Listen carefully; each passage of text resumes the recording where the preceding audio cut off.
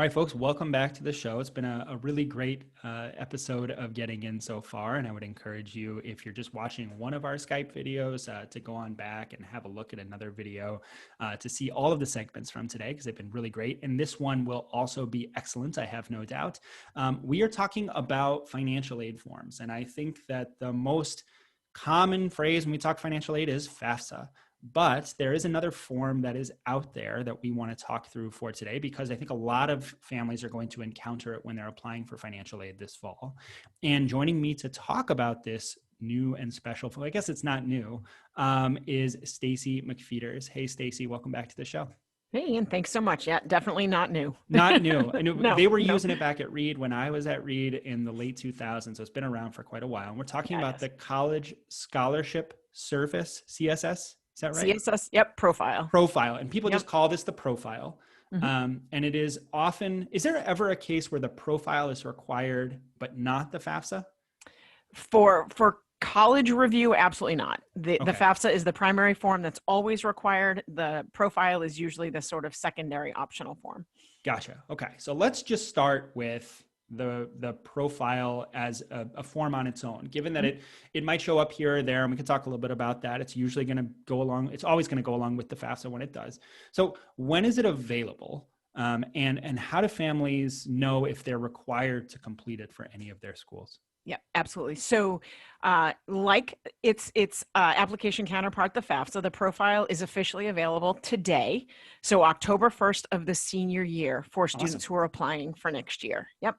That's exciting. Yeah, it is. Maybe. I don't know. In your world, like it's exciting. Awesome. We have families there. Well, it's great because it can help with aid, right? Like the idea is that you fill these forms out. It's a way to help make college more affordable. So that is exciting. Absolutely. Yep. And then, so how do you know if you're required to complete it? Like, how can you figure out whether this is something you're going to have to end up doing?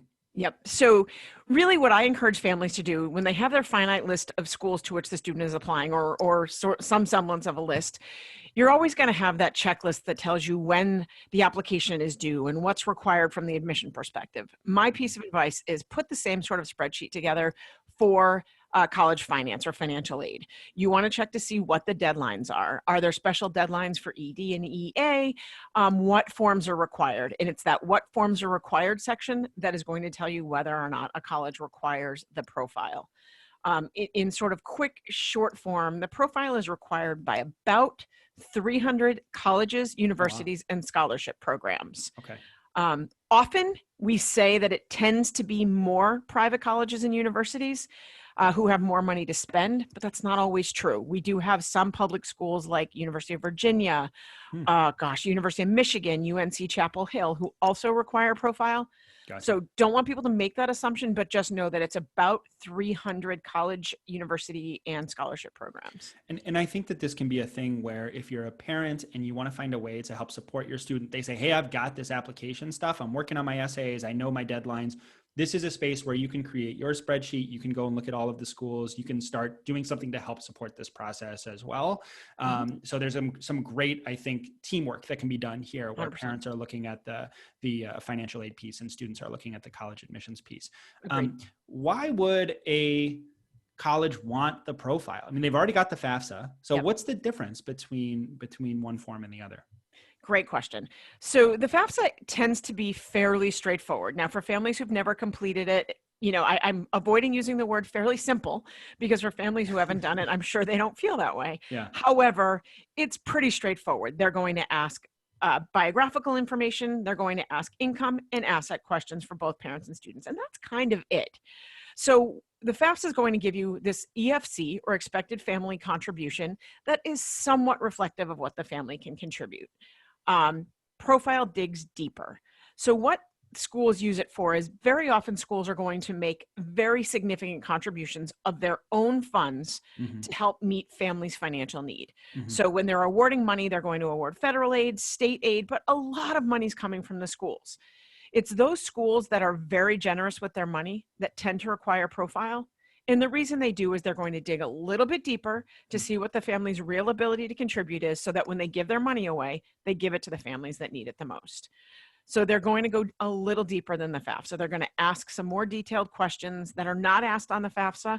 And then they're even going to ask some that are on the FAFSA and maybe go a little deeper it's sort of into detail. And I can give you a couple of tips on that if you'd like, or we can kind of look through. One of the things that I've always just understood about these two forms is that FAFSA is very heavily income driven because it's based primarily on the prior year tax returns. Correct. And I've always sort of thought the profile incorporates some more asset-based information on there. And you're saying that there is some income stuff, but this is basically the differences between income only versus income and assets. Does that sound right? It's close. So FAFSA is going to ask both income and asset questions, and their formula uses both. So that happens. The same is definitely true on the profile. They're going to ask the income questions, and generally they're going to assess income the same way. They're going to ask asset questions, and they're also going to assess them in a similar way, but they're actually going to go deeper on the assets. So when you look at FAFSA, they're really looking for liquid assets, cash, checking, savings, stock, investments, things like that. Okay. Profile is going deeper. Profile is going to ask what is the equity available in your home. That's excluded on FAFSA.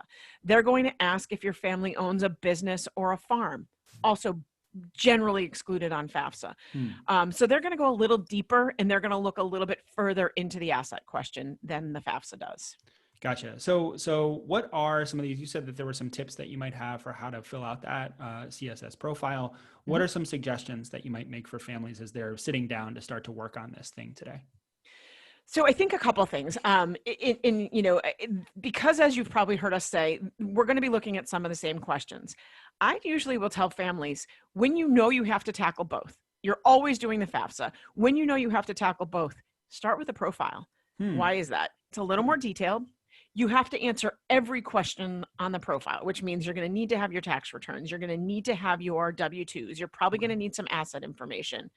When you flip over to the FAFSA, couple of things. They're not going to ask as much.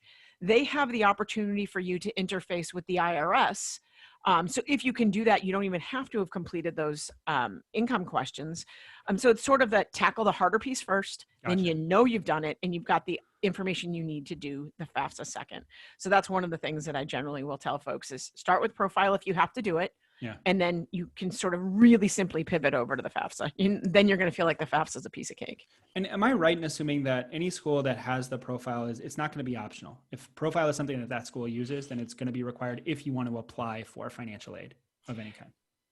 Generally, yes. If they require it, they generally are absolutely going to want it. But there's a couple of little things that I want to bring to mind. There are times where families might say, we know we're not going to qualify. We don't want to provide all that information. We just want the student loans. If that's the case, or we just want to be reviewed for federal aid. If that's the case, schools may be willing to waive the profile if they know that that's the only consideration you want. School by school, you'd have to talk to them. The other sort of thing, not exactly the question you asked, but I want to make sure we cover it, is little complicated, but the FAFSA really is going to work with the custodial parent or work with the custodial parent household information. That's all they want. When schools require the profile, it's not uncommon for them to also say, we want the custodial household profile. We're also going to want the non-custodial profile, custodial household profile. So it's possible that there will be two separate forms completed by either household. So when they do require that, the profile, there can be a requirement for a non-custodial parent. And one last piece to this, a lot of schools that use profile will also require you to submit some documentation, sometimes tax returns, sometimes other things. And they use a system called IDoc, which is also a College Board, College Scholarship Service document. So sometimes you'll see that they'll require all of those pieces and parts. So I wanted to make sure to mention that. So it can be a little bit complicated. Gotcha. So there's a little bit more going on with the profile. And that's part of the reason it sounds like you're saying start with that, because the complexity will only sort of decrease as you work your way through the FAFSA. This is complex. I mean, there's a lot of different pieces, and it sounds like the profile almost gives a more full picture of potential finances that might be connected to a family or to a student, even when we're talking custodial versus non-custodial. Does the profile change an award significantly? And does it always make the award less. I mean, Yeah. I think a lot of families would assume, well, you're looking at more of my information. It's going to mean that I'm going to qualify for less money in the Yeah. end. How does that play out in reality? You've been hanging around with us a long time, Ian. The reality is no, absolutely not. Okay. So in full disclosure, I worked at 3 schools, all of which required Profile. And a lot of times we were using Profile to make sure, so we were a meet need school in one case. And so what we wanted to do was make sure that when we were using our resources, we were absolutely providing the family with every possible dollar that we could of our own dollars. Mm-hmm. Using the profile also allowed us to make sure we truly understood a family's circumstances. If a family owned a business or a farm, we needed to know that maybe there were losses there, and we were going to bring that into consideration. In a divorce separated parent situation, bringing the non-custodial parent into play sometimes tells us, wow, the resources aren't what we thought they were here. Not only that, but as I mentioned earlier, a lot of times the 300 schools and programs that use Profile are those schools that tend to meet full need or award a lot of their own institutional funds.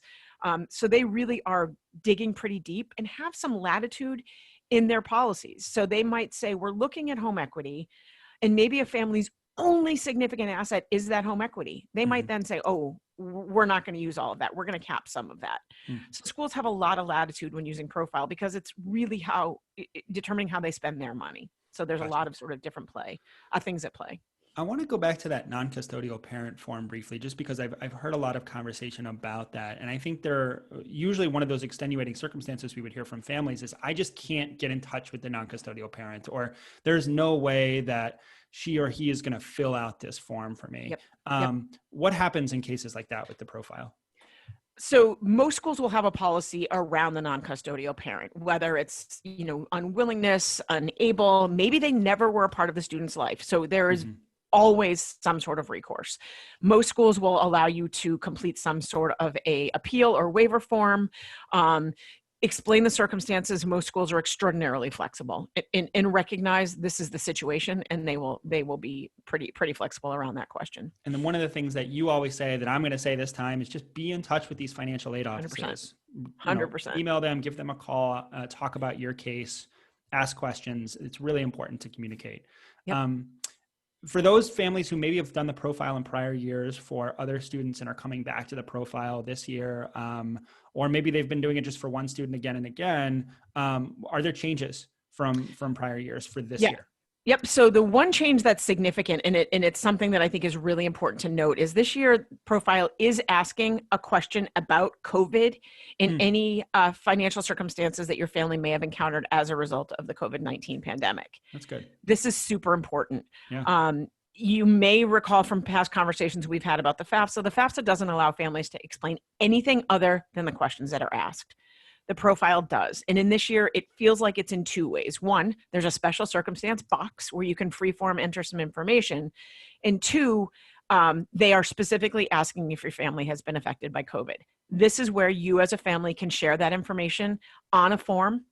I always suggest you follow up with additional documentation directly to the school, like you just said, communicating directly with schools, but you do have the opportunity to let them know that something has affected your family as a result of COVID in that particular question. That's great. I think an appropriate change for 2020, given everything that's going on this year. It's nice to see that the profile is stepping in and helping to support families in this way.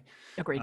Stacey, thanks so much for coming on the show and talking us through the profile. It's always a pleasure to have that conversation.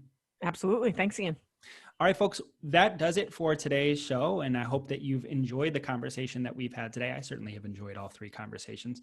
We'll be back next week, and Beth's going to be hosting the show. They'll dive into supplemental essays for Ivy League schools. They're going to talk a little bit about how many schools to apply to and how balanced the list can be from the admission standpoint, and then how to balance the list from a financial standpoint as well. So really great dual segment coming up next week. Hope you all have a lovely October. Thank you so much for joining us, and we'll look forward to seeing you back here next week. Take care.